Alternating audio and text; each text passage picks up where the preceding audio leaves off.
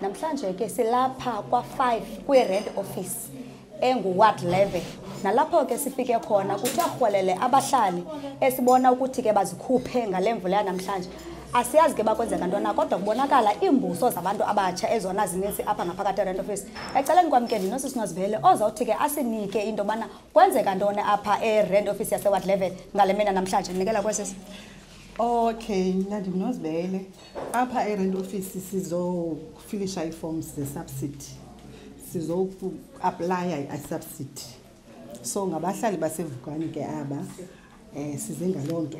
Yiyo ke loo nto ubona siphume kunetha. Sicelwe namhlanje masibela e-rent office. Siswam aba bahlali balapha bazo-aplayela izindlu ngaba ngabahlali abahlala ezindlini okanye ngabahlali mhlambe abahlala po 11 emagalini bahlala evukani emagalini kwalapha kwathu apha e-ward 11. Siswam unako nje ukutyebisela abahlali nje uba kuthiwa ku-aplayela amagalini mhlambe nomntu ophuma kwenye iwadi uzofuna ubaleka azoku-aplayela indlu kube sithi uhlala egalini ingaba ngabaphi aba bahlali bazo-aplayela izindlu apha e-ward 11? Hayi sithandwa sam akwazi tu ngabahlali basevukani emagalini apha e-ward 11. Awukwazi usuka kwamanye amagali uthi uzofilisha iform apha ayikwazi. Lena into yeyabahlali basevukani. Eceleni kwam ke ndinocouncillor walapha e-ward 11 njengoko ke besike saqala sabamba omnye wabahlali ezama ucacisa ubana benza ntona uzawuthi ke asityebisele ucouncillor into yokubana kwenzeka ntoni apha kwi-rent office yakhe. Ndinikela kwa councillor. Alright, molweni bethu.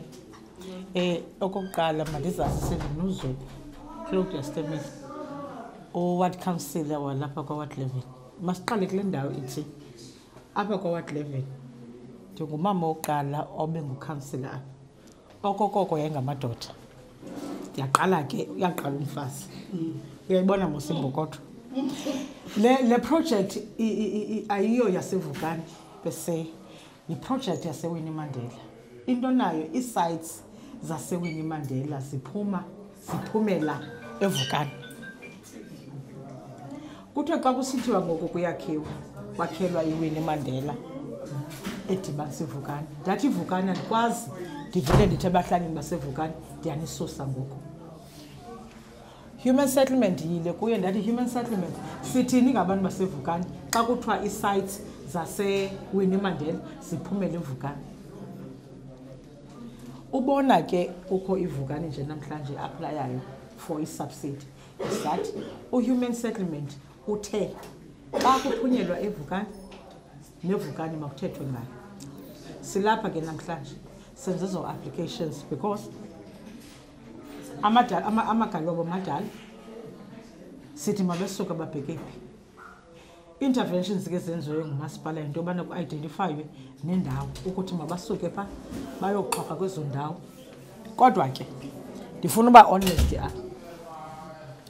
As much as i-project yaseWinnie Mandela bekune-surplus eWinnie Mandela yile ke ngoku sizawufaka kuyo abantu basevukani but sizawuprioritize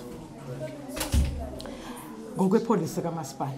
Siqala ngabantu abadala sizobafaka phaa kulaa project since zikhona ii-sites ezikhona siye kwabantu abadisabled siye kwaba-child-headed. So siprioritize ngolo hlobo ngoba nifika ngeli xesha nje nifika nina abantu abadala sebesuka apha ndithe mawuqalwe ngabo. Saza ngaba bantu ba-disabled, saza ngoo-child-headed. So sithi ke ngoku singumasipala aba bashiyekileyo, that is overflow, sizabakhangelela ezinye projects njengoko siyazi into yobana apha eBuffalo City once kube ne-overflow kweso siqeki kuye kukhangelwe ezi projekthi zikhoyo ziqhubayo aba bantu bashiyekileyo bayofakwa khona. So into yoba banibone kunjena ilo project njalo. Councillor, njengoko usithi bekuqale abantu abadala neyandaqala ngabo ukulungiselelwa phambi kokuba kungena abantu abatsha. Mhlawumbi omnye umuntu uzofuna uqonda ubana xana kuqalwa kwabantu badala ingaba abantu badala ngabantu abadala ngokwe-age okanye ngabantu abadala ngokuhlala. Ndenza umzekelo ikhona laa nto ubana umntu asuke namhlanje kulaa ndawo ehlala kuyo afika athenge igali emdala already. Nijonga abantu abanjalo okanye nijonga abantu abadala ngokwe-age nangexesha lofika apha emagalini babanexesha kanti behlala emagalini. Alright. Mandiyiphendule ndi-honest. Yes. Sikhangela aba bantu badala ngokwe-age. Baba ufikile apha kusasa ndothuswe nayo into yokubana baphume imvula isitsho. Ndaqomba kodwa tsi ibuhlungu kodwa le nto sikuyo apha. Baphuma abantu abadala beze apha because bafuna izindlu kuyanetha emagalini wabo. So siqale ngaba bantu badala ngokwe-age. Okay. Bakhona abantu ekudala behleli kula magali kodwa bancinci. Kodwa ndifuna noba nophosisi banyamezele. And siye samoya omnye othi abantu abadala bona masiqale ngabo. Councillor wam njengobana ke ngoku kubonakala amagali anamagama ngamagama zizixeki ngezixeki njengoba seniqalile ke ngoku kwezi zimbini zidibana ingaba nakwezinye mhlawumbi isezawufika le project. Ndandithe mosiqala ndathi mna ndikhupha umntu egalini ndimfake endlini. Emva kweWinnie Mandela Vukani because ngoku kwivukani ukusuka kwampha ndiya apha kwa 5 days. Ndinezixeki ezithathu pha. Yihlalani, yiHoney Park, yiPolar Park, zintathu. Phaa kwezaa zixeki ezintathu ii-designs zapha sendizenzela.